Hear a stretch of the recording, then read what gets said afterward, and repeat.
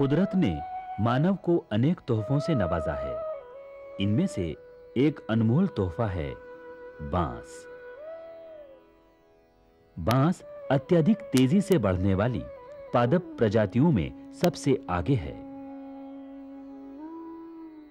बांस का सामर्थ्य उसका सीधा, हल्का और साथ ही कठोर होना है। चीरने और काटने में आसानी, आकार में विविधता, लचीला और खोखलापन और अनेक प्रकार की उपयोगिता ने इसकी लोकप्रियता में चार चांद लगा दिए हैं। इन्हीं कारणों से बांस को हरा सोना नाम से भी विभूषित किया गया है।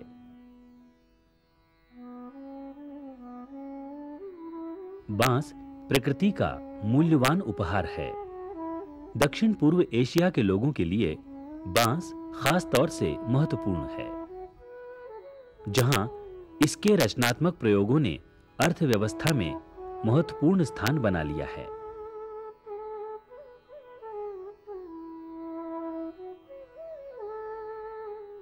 क्या आप जानते हैं, बांस एक तरह की घास है।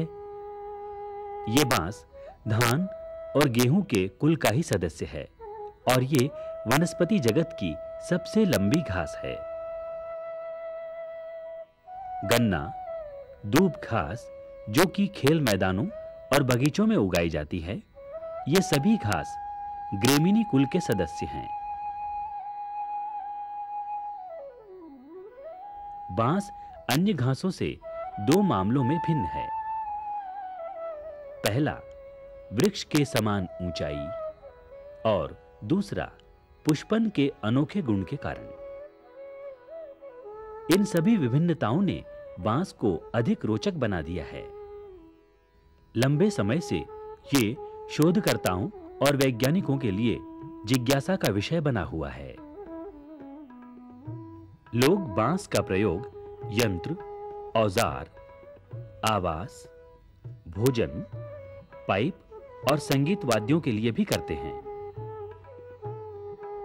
वास्तव में यह बहुउपयोगी पौधा जन्म से मृत्यु तक मानव के काम आता है, क्योंकि इससे बच्चों के पालने से लेकर अर्थी तक बनाई जाती है।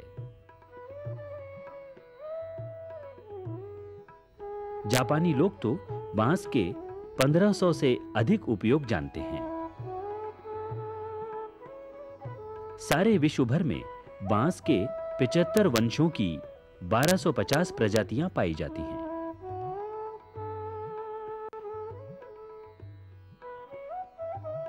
भारत में बांस की लगभग 130 प्रजातियां कुल वनों के 12.8% क्षेत्र में पाई जाती हैं।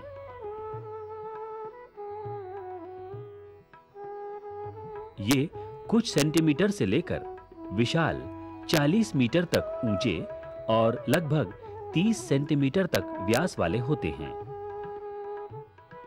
अधिकतर घास अर्धवार्षिक या वार्षिक होती हैं, लेकिन घासों का सम्राट बांस बहुत ऊंचाई तक वृद्धि करता है और कुछ वर्षों में ही घने जंगल में परिवर्तित हो जाता है।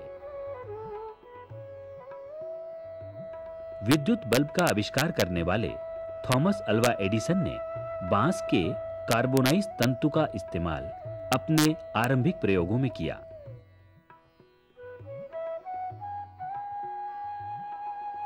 बांस कागज उद्योग में कच्चे माल के रूप में प्रयोग होता है।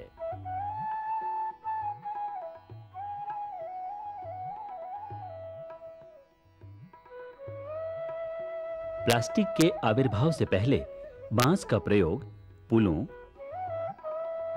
फर्नीचर, टेंट लगाने आदि में होता था। भारत और इंडोनेशिया में बांस का प्रयोग पारंपरिक संगीत वाद्य बांसुरी बनाने में भी होता है। बांस गृह उद्योगों का भी महत्वपूर्ण हिस्सा है, जिससे टोकरियां, सजावटी सामान और अन्य आकर्षक वस्तुएं बनाई जाती हैं। बांस का भवन निर्माण में भी प्रयोग होता है, जो भवन को आधार प्रदान करता है। कुछ स्थानों पर तो संपूर्ण घर ही बांसों का बना होता है।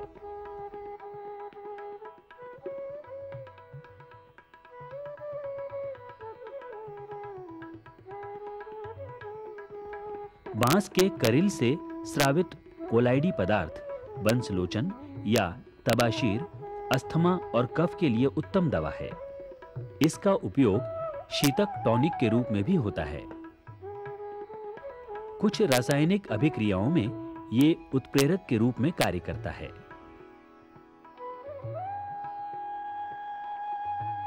नए करील से स्वादिष्ट अचार बनता है। भारत में आदिवासियों द्वारा इसके करील और बीज खाए जाते हैं।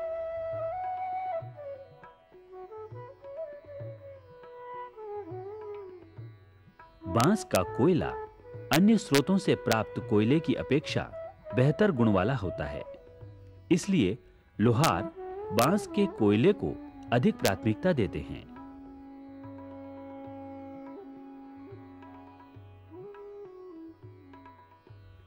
तंजानिया में बांस का उपयोग जल संवहन करने वाले पाइप बनाने में भी किया जाता है।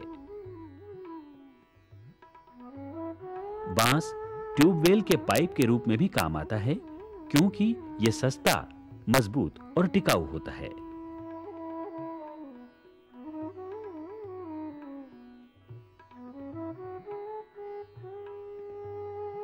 बांस के बहुत से पारिस्थितिकीय लाभ भी हैं। ये मृदा अपरदन को रोकने में महत्वपूर्ण भूमिका अदा करता है।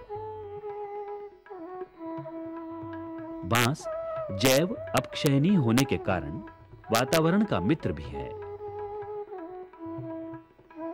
इसमें सबसे अधिक प्रति इकाई जैव भार होता है।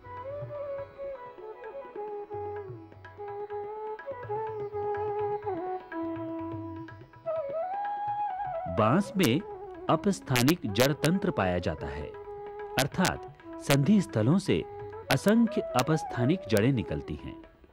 जड़ें भूमि के अंदर फैलती हैं और मृदा अपरदन को रोकती हैं। ये जड़ें पतली और रेशेदार होती हैं।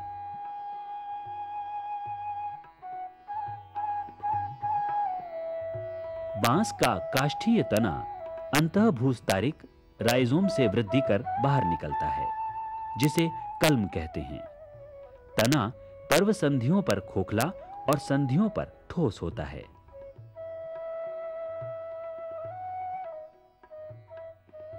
तना सीधा, सपाट, हल्का और मजबूत होने के कारण तमाम वस्तुएं बनाने के योग्य होता है।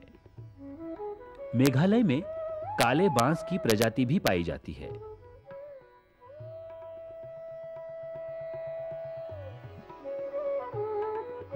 इसकी पत्तियां सरल और आच्छादीय पर्णाधार के साथ एकांतरित होती हैं।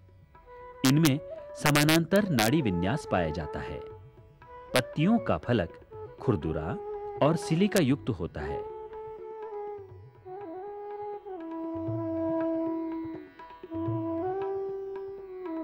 बांस में स्पाइक पुष्पक्रम होता है।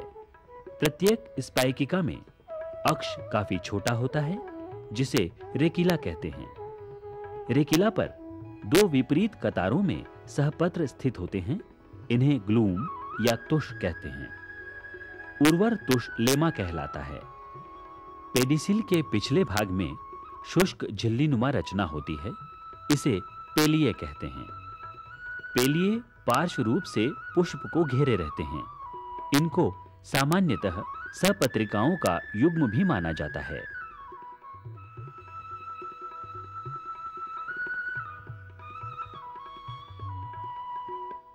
बांस में 3, 20, 60 या कभी-कभी 120 वर्षों बाद पुष्प खिलते हैं। इसके जीवन में केवल एक बार ही पुष्प खिलते हैं। पुष्प छोटे, अस्पष्ट और द्विलिंगी होते हैं। परिपुष्प अत्यधिक रूपांतरित 3 छोटी और मांसल रचनाओं लॉडिक्यूल के बने होते हैं। ये लॉडिक्यूल अग्र पार्श्व भाग में स्थित होते हैं।